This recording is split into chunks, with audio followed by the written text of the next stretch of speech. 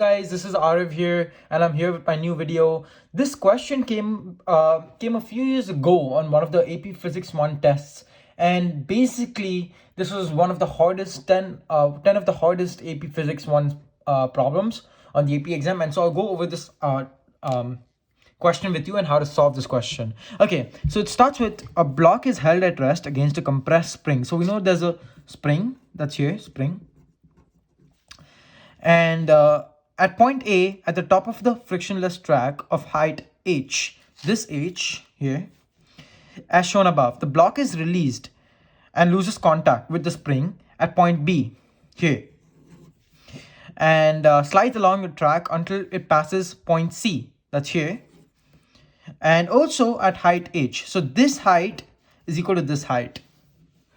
And how do the potential energy U, so basically the potential energy U of the block Earth system, it's just a block in the Earth that you take into the system, and the kinetic energy K of the block at point C compare with those of point A. So how does the kinetic energy at this point compare with this point? And how does the potential energy at this point compare with this point? Okay, so this is how you're going to do it. Okay, I'm going to switch back to my whiteboard and explain this problem to you guys. Hey guys, so this is the problem. Continuing the problem. So basically what the problem wants us to say is trying to figure out the difference between the potential gravitational energy here at point A and the kinetic energy here at point A versus the UG at point C and the EK at point C. How will you figure that out? Okay, so initially at point A, it says that this is a spring. And so we know that spring has a force, a spring force, and elastic force. And so basically what the thing is saying is that the mass is released from the spring, moves down this whole thing and comes back here. There is no spring on this side. Okay, so in that motion, we have a gravitational potential energy because we're at some height relative to the ground. And thus that says we have a potential gravitational energy. And also note that this height is equal to this height. It's important for the equation. Alright, so we know it has potential gravitational energy and has kinetic energy. It also has spring energy, like I told you, because there's a spring. So let's write an equation. Do you remember this? Conservation of energy. The energy in the beginning will always be equal to the energy in the final. Energy can be transformed, but energy cannot be created or destroyed. So there cannot be any added energy or anything like that, because this is a system we're talking about.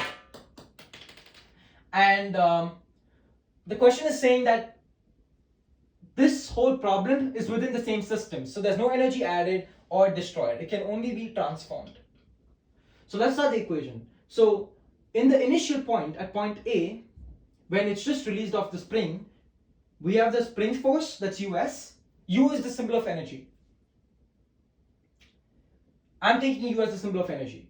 Plus you have gravitational potential energy, UG, and you have kinetic energy, which I take as EK. And this is initial.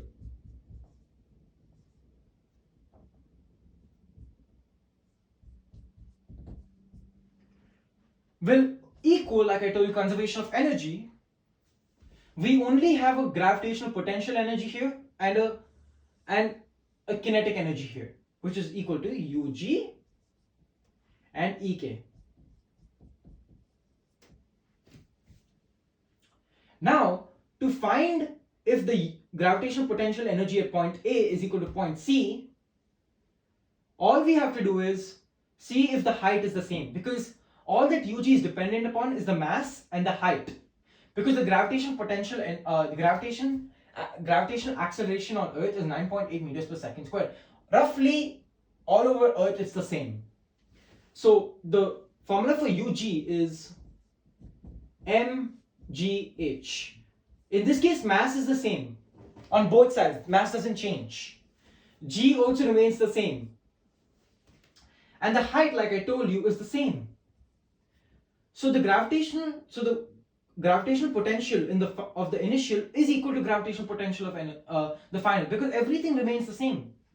So you can say that this is equal to this. This is final.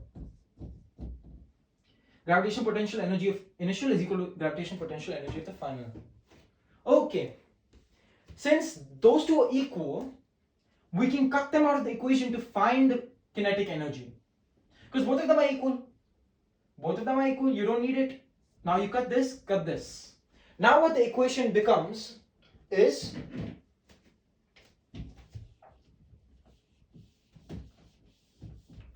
A and point C. You have the spring force plus the kinetic energy is equal to just the kinetic energy.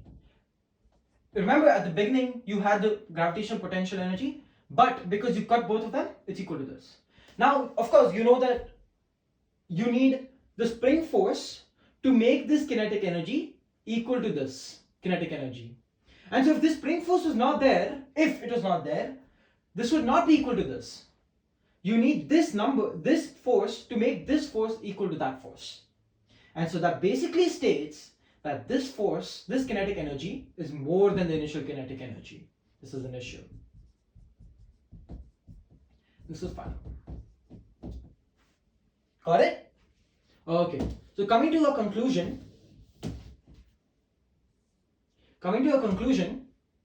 the UG of initial is equal to UG of final. EK of initial